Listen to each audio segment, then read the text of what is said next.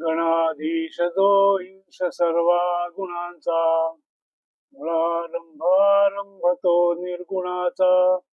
नमो शारदा मूळ चत्वारी वाचा, नमो पंथानंत या राघवाचा. ज्या ज्या स्थळी हे मन जाय माझे, त्या त्या स्थळी हे निज रूप तुझे.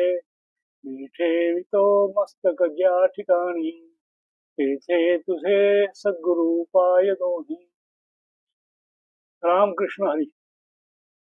चहा घेता घेता सहजच आरोग्य आणि लाईफस्टाईल या विषयांवर आपण काही गोष्टी बोलतोय. तसं आज पुन्हा आजच्या आषाढी एकादशीच्या भेटीला आपण काही वेगळी चर्चा करू.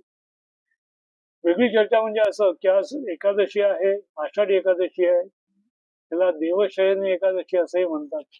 आणि एकादशीला व्रत करावं म्हणजे उपास धरावा अशी एक गोष्ट आहे. आणि ती परंपरा नाहीये, ते शास्त्रही आहे आणि त्याला खूप आधारही वेद पुराणांमध्ये दिसतो. त्यामुळे एकादशीचा उपास हा केवळ एकादशी आणि दुप्पट खाशी अशा स्वरूपाचा नसून तो खरंच एकादशी हा व्रताचा एक भाग आहे आणि व्रतच आहे. आणि हे नित्य करावं आणि कोणीही करावं, प्रत्येकाने जो जन्माला आला त्या सगळ्यांनी करावं असं हे व्रत आहे. त्यामुळे एकादशीचं व्रत आज ज्यांनी केलं असेल, ज्या ज्या प्रकारे केलं असेल, त्या सगळ्यांना त्याचा लाभ होणार, त्याचं फळ मिळणार हे निश्चित आहे. फळासाठी सगळं करावं असे नाहीये, पण मग ते फळ मिळणार कधी, तर त्याच्यासाठी एक श्लोक आहे. सद्य फलती गांधर्वम मासमेकम पुराणकम वेदा फलंती कालेषु. म्हणजे काय, जो संगीताचा इफेक्ट आहे, परिणाम आहे, तो लगेच समजतो. आणि पुराणात मध्ये सांगितलेल्या गोष्टींचं जर पालन केलं, त्याचा परिणाम जो आहे साधारणतः महिनाभरानंतर किंवा महिन्याभरात कळतो. वेदांच्या आदेशानुसार केलेली जी कर्म आहेत ती केली तर काय होतं, तर त्याचा जो परिणाम आहे योग्य वेळेला तुम्हाला त्याचं प्रत्युत्तर येतं. पण ज्योतिष आणि वैद्य, ज्योतिर्वैद्य निरंतर असतं. याचा अर्थ असा की ज्योतिष आणि वैद्य यांचा परिणाम मात्र तात्काळ आणि नेहमी अनुभवता येणार असा असतो. आणि ज्योतिष आणि वैद्यक ही दोन्ही शास्त्र पाप पुण्य मानतात. आयुर्वेदामध्ये रोगाची अनेक पर्याय सांगितले. रोग पापमा ज्वरो व्याधी विकारो दुःख मामया. म्हणजे ज्वर, रोग,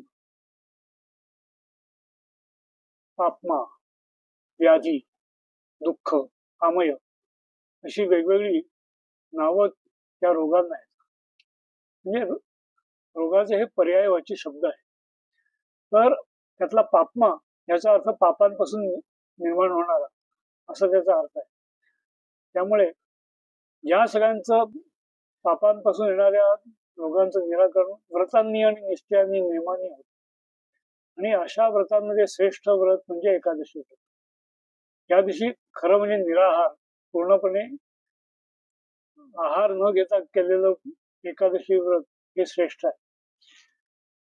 त्यामुळे ज्यांनी निराहार एकादशी केली त्याचे इतकं भाग्य काय.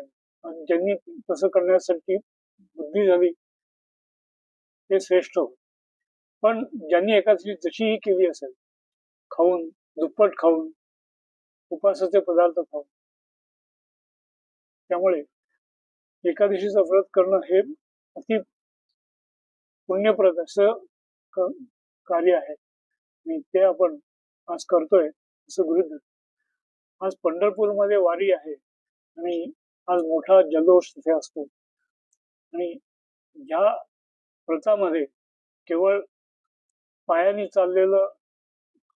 केलेलं व्रत असे नाहीये, तर हातांनी केलेले टाळ्या वाजून म्हणजे नामस्मरणावर किंवा भजनाच्या ठेक्यावर ताल धरणं, त्यामुळे हाताने, कायाने, वाचेने आणि मनाने केले हे व्रत जे आहे ते अत्यंत पुण्यप्रद अशा स्वरूपाचं हे मानलंय.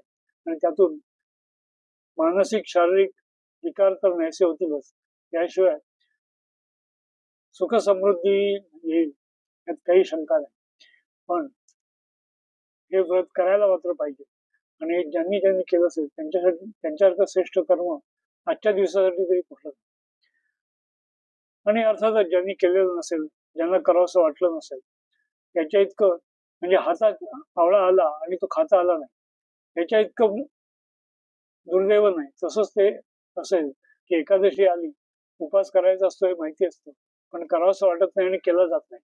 या दोन्ही गोष्टी मोठ्या कठीण असतात, पण त्या ह्या गोष्टी ह्या दिवसासाठी फार महत्वाच्या आहेत. त्यामुळे एकादशीच्या दृष्टीने पापमा आणि त्याचा आरोग्याशी असणारा संबंध तिथेच थांबतोय. बाकी आपण पुढच्या वेळेला पाहू. जय जय रामकृष्ण हरी. जय जय रघुवीर समर्थ.